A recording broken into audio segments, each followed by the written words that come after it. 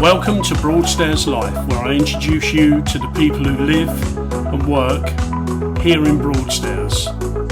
Hear their stories and enjoy.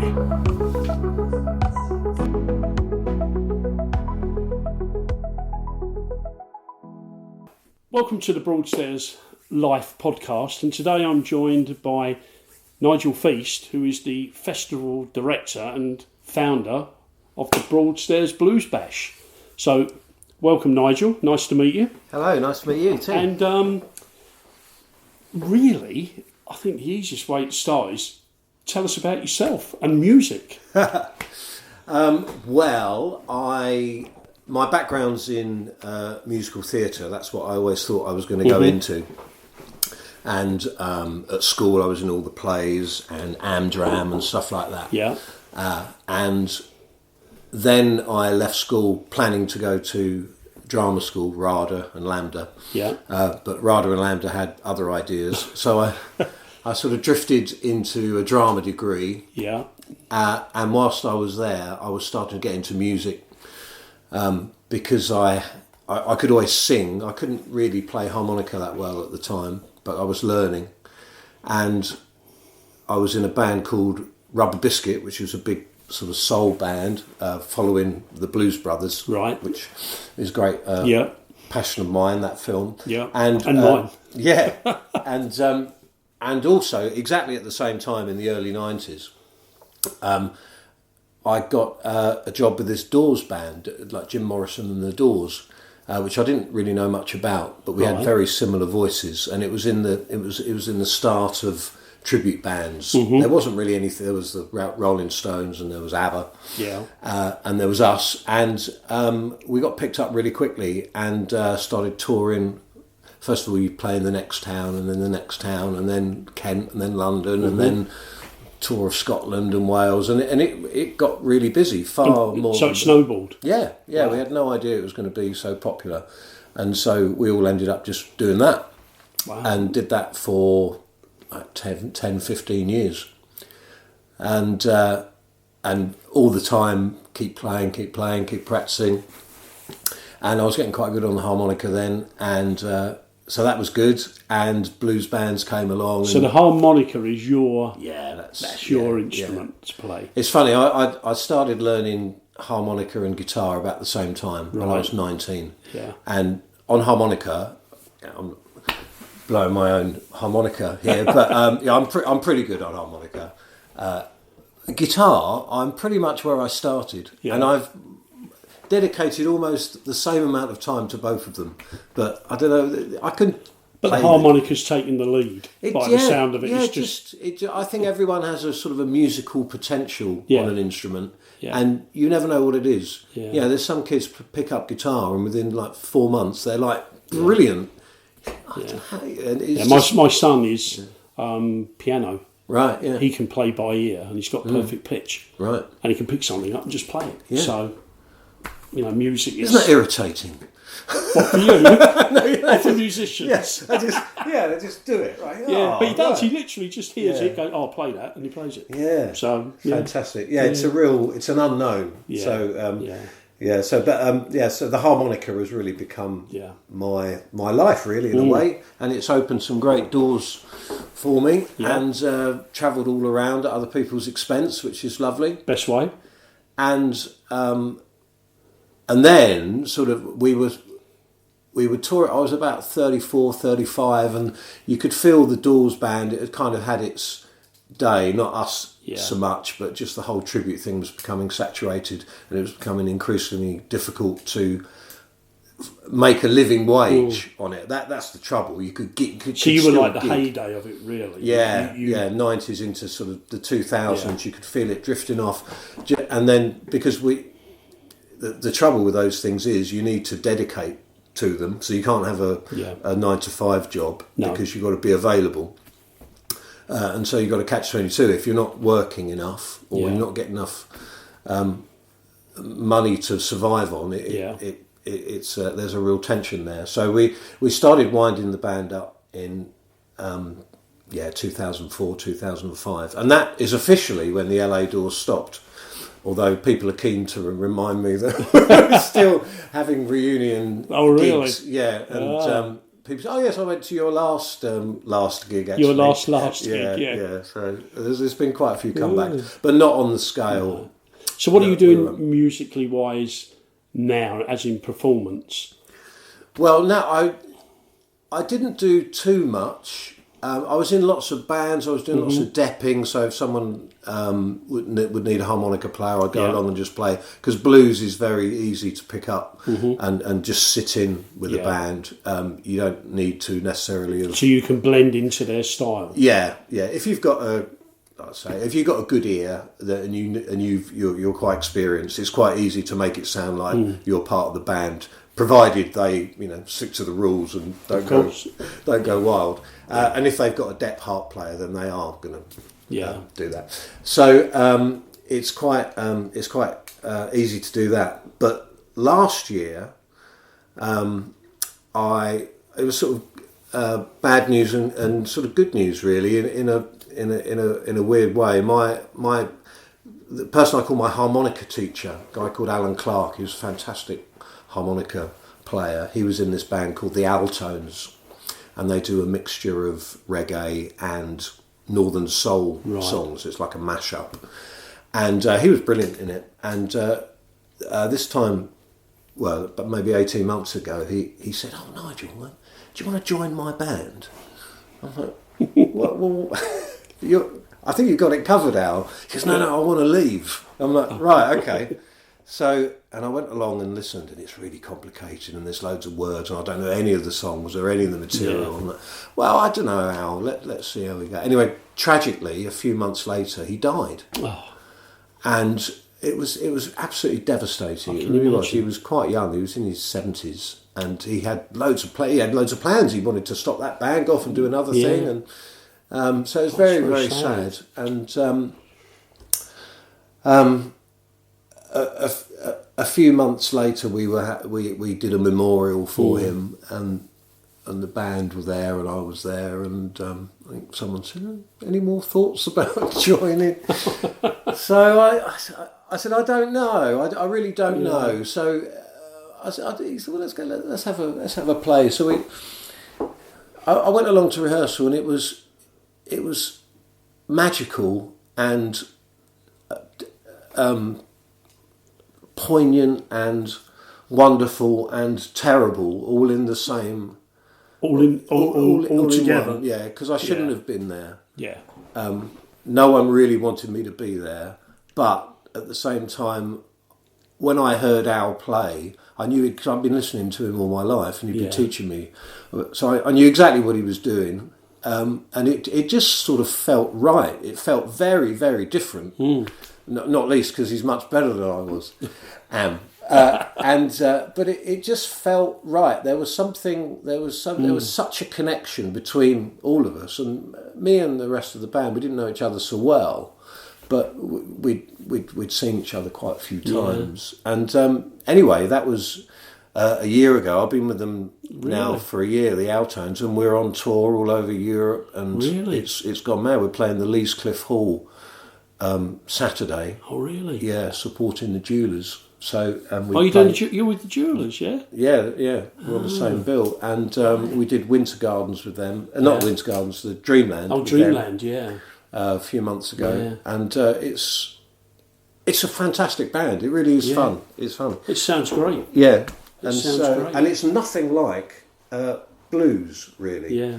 But I grew up when I was a teenager. Before I really got into music, I was really into Madness and that sort of ska sort of music. Yeah. And it's sort of taken me back to my sort of roots. Really. In a way, musically, I've sort of come full circle. And we're doing a lot of Prince Buster songs, which is what a lot of the early Madness was based on. And that's fantastic, isn't it? Yeah, it's a wonderful. And the other thing is, you're not only bringing back your sort of memories from the past, you're bringing other people's. Yeah. Because people can relate to it, can't they? Yeah. And, for us of a certain generation, we can step back a bit. Yeah. And it becomes something. Yeah. So it's really good. So that's your current thing. I'll get on to the blues bash, as we call it down here. Yeah. Broadstairs, your connection to our town. How did that start? So we came here as kids, me and my sister. Mum and Dad brought us down. So I sort of knew of Broadstairs. Yeah. It was a happy holiday place. But I don't really... There's a great picture of me on a donkey walking along the beach. I think we've all got one of those. And but never as a grown-up. And then I got... When I finished university, I got a job here at one of the local language schools. Mm-hmm. And I hadn't really been back, I don't think, not really. And I hadn't really spent proper, intense time here. You know, I'd always visited. And I was spending more and more time here. And, you know, I was about 30 then. It was the first place I'd ever been to where I thought, I can actually see myself living here. You felt comfortable? Yeah. I'd always been quite nomadic up to that point. University, and I hadn't really found my tribe, I don't think. I was still wandering around, and there were so many gigs here and restaurants. Because it has got a vibrancy about it, hasn't it? You know, like you say, we've got the music venues, you know, like all the micro pubs now, they just music all the time. Yeah. You know, we've got the great restaurants. Yeah. So we have got something that draws people in, if not only to visit, but also to come and live. Yeah.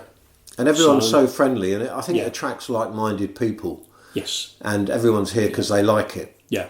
And so that's a wonderful thing. Yeah. I think the thing that we found when we first walked down, we walked out like the first day, people go, "Good morning." And you're like, do I answer that? Yes, I do. But now it's just a common thing. You just walk around and everybody talks to each other.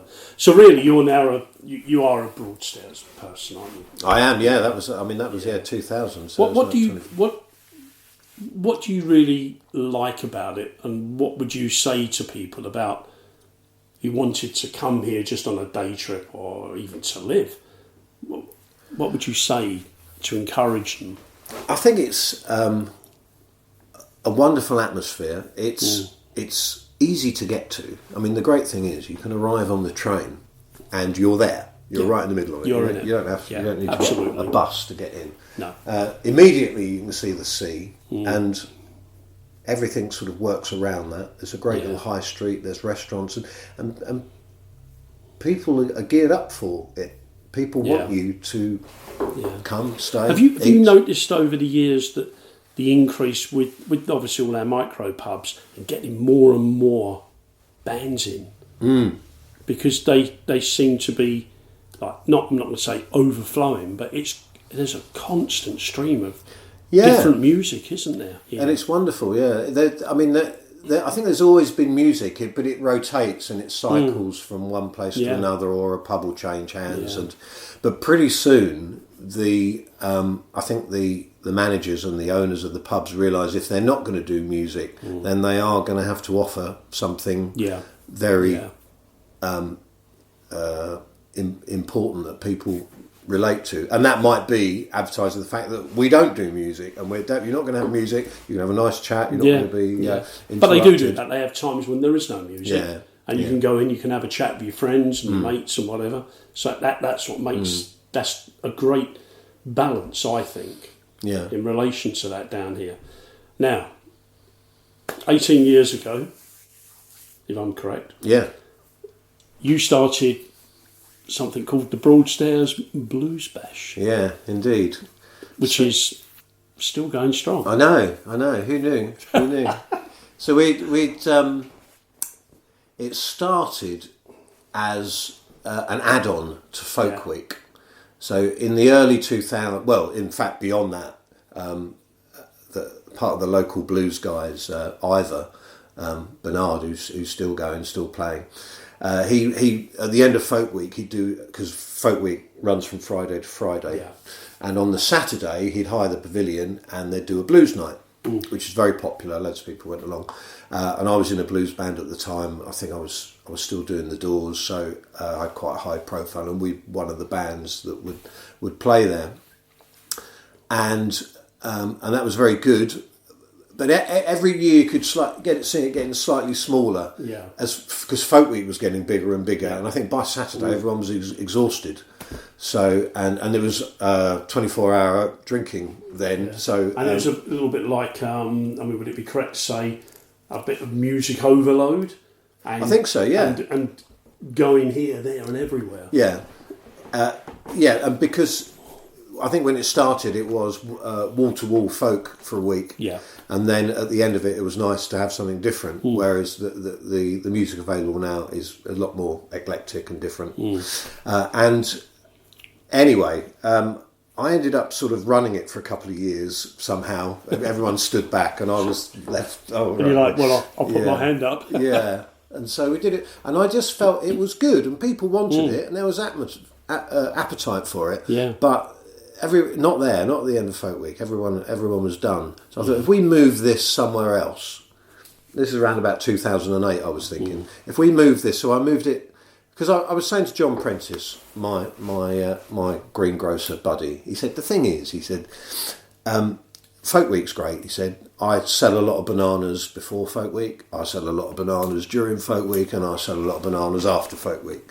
And he said, to be honest, if there was no Folk Week, I'm still pretty sure I'd still sell bananas. I said, okay. He said, I need... That's quite a good analogy, isn't it? What I need is sell some bananas in February. February. So, That's fair. Okay, right, Yeah. okay. So we chose third week of February, which is pretty much 6 months from... So could you say that bananas were the instigator of Broadstairs Blues Bash? Yes, yeah. I think, well, because there was nothing there. There was nothing there at all. So we were starting from scratch, and I sort of took a few soundings from people who followed music. And he was brilliant, what a great idea, go for it. And the enthusiasm I got right from the start, because as we were saying, there's a lot of music, so it was pretty easy to start. We just went round all the pubs, because on an average Saturday there were 20 bands playing, and we just said, on this particular weekend, could you just have blues? Yeah, okay. So a lot of the pubs had blues, but not necessarily coordinated it. And so they all had blues that weekend. We got some T-shirts made up. We said, right, this is the blues festival, and people came. And there was a story of back in those days there was one band on at a time, and so there was en masse. It was getting bigger and bigger. People were going from pub to pub, and Pete Tierney, one of the organisers, he said, "We're at the Nelson. They're coming down to the Barnaby Rudge. Nigel has created a monster." It was like a demonstration. There was 50 people suddenly there, and it was like, "Wow, this is great. Wow. This didn't happen last week." That's quite incredible, isn't it? Yeah. So there was never a doubt that we were going to do another one.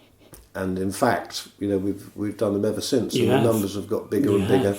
And of course, everyone sees it going on in February, and think all the bar owners, and they say, "Oh yes, wouldn't mind some of that." So my job is to sort of try and coordinate and try and spread the crowd around the town, so that it's not. It sounds strange to say, it's become a victim of its own success.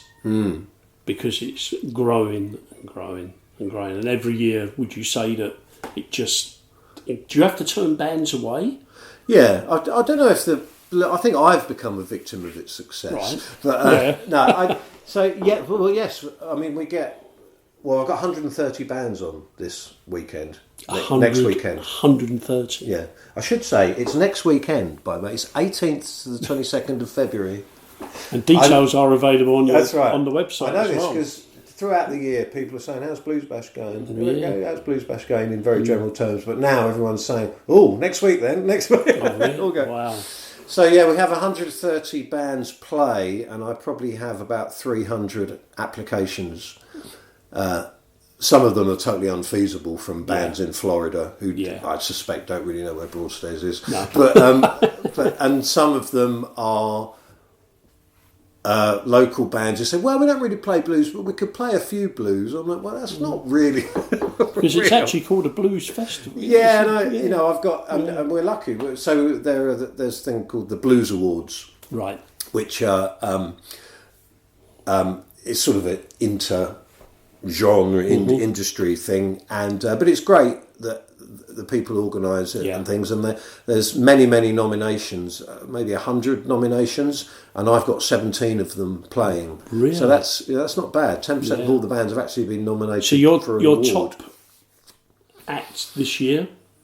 The headline in the pavilion is Yeah. Paul Jones Right. and Dave Kelly, Wow. who are the two from the blues band. Yeah. Paul Jones is from Manfred Mann. Yeah. That's sold out. Wow. We've got Zach Schultz doing 2 nights in the Root of Arms. Mm-hmm. That's sold out. I've got Richard Rossi, who's a guitar maestro. He's playing in the Sarah Thorne. Oh, really? Yeah. I think there's some seats left for that. Mm-hmm. It's about the only seat you'll get in Broadstairs. Guaranteed. Really? You'll definitely have a seat. You'll get a seat, yeah. And various other bits and pieces. Well, 130 different bits and pieces. Yeah. So people have got the variety of travelling to all the different venues and the different pubs, and every day they can see the bands. And the great thing is, once you've arrived in Broadstairs, you can dump the car or get off the train And walk. and then it's easy. Yeah. And That's if you right. don't like the bands that are playing, go next door. There's another one, and just keep going. So until you the find variety, something. it's variety, isn't it? Yeah. And everybody has their own style and thing of what they like. Yeah, and people might think the blues is all, I woke up this morning. Yeah, but it's not. But there's a huge variety. We've got rock blues, country blues, Yeah. slow blues, fast blues, new blues. Yeah. I think it's like we were talking before we started, and I said, for me and some of my friends, 9 Below Zero a few years ago, it was just like it took us back when we saw them with the Who back in Lewisham, and it was just brilliant.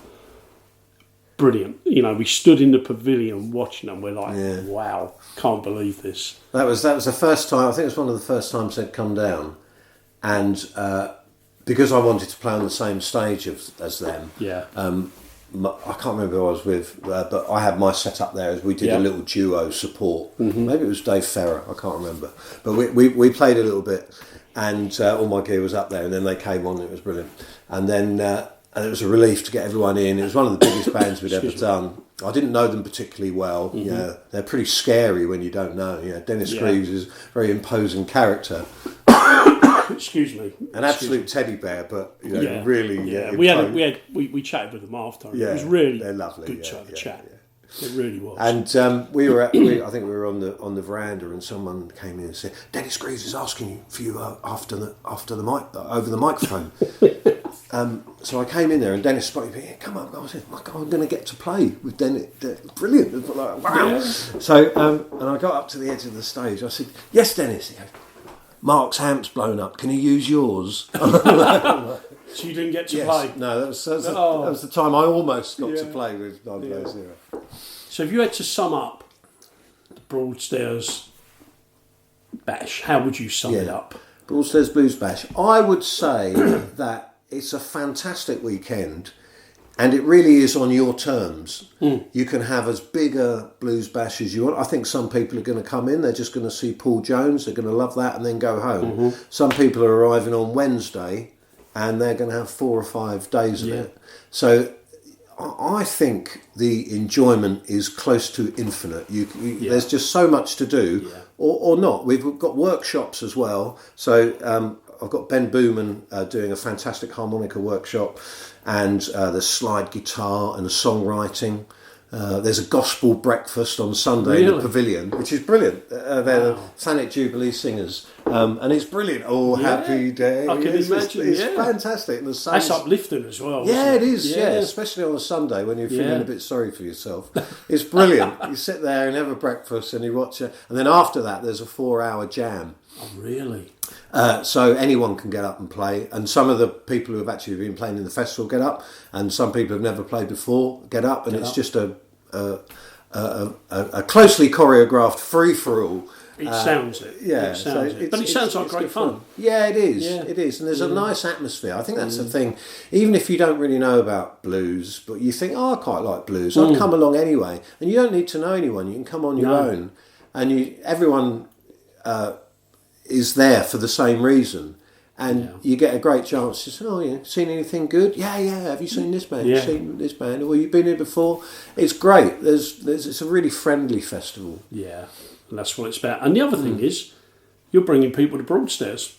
Well, that is a really happy sort of result of it all. The restaurants are busy and the pubs are busy, and everybody loves that sort of thing. So, and it puts us a little bit on the map, doesn't it, down here? Yeah.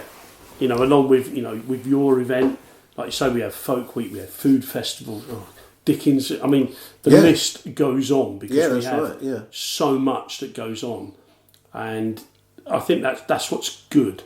Yeah, that's what's good about living here is the fact that all year, not only part of the year, there's something going on for everybody. Yeah.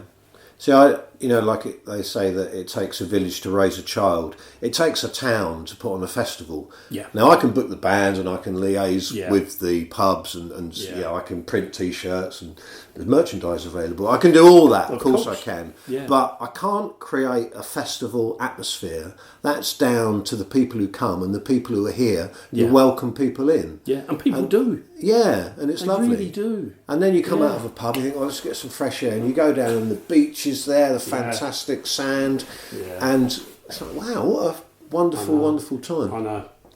I mean, all of my friends, they come down to see us so they can be in Broadstairs. Yeah.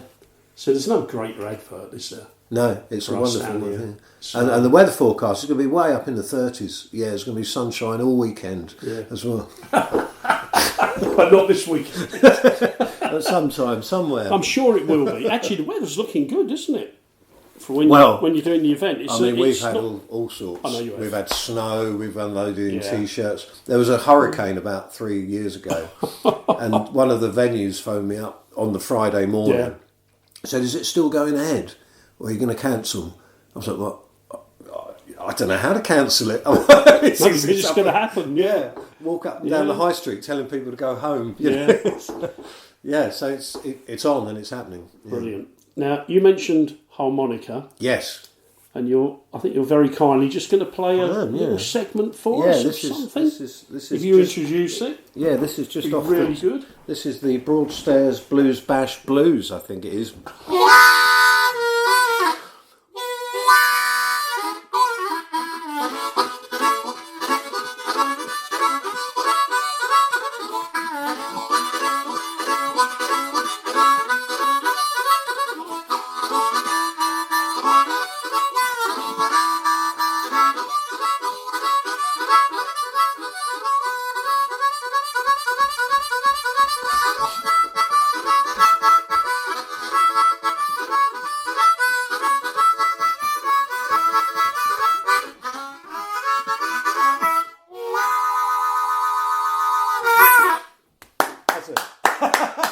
I'm the only one here who can clap. But that was fantastic. Thank you so much. Thank you, Barry. Nigel, it's been a treat chatting to you about this. And how can people find out more about... Okay, so we're all over the socials, as they say. Mm-hmm. There's a Facebook, Broadstairs Blues Bash, and Instagram, and the website, www.broadstairsbluesbash.com. It's details for all the tickets, all the merchandise. But as you go around the town, if you just arrived here, every band is introduced by a Broadstairs Blues Bash volunteer. They'll have lots of information, they'll have programmes on them. Brilliant. So you're never far away from information. Good stuff. Well, listen, thank you so much. Thank you. Thoroughly enjoyed having our chat today. Brilliant.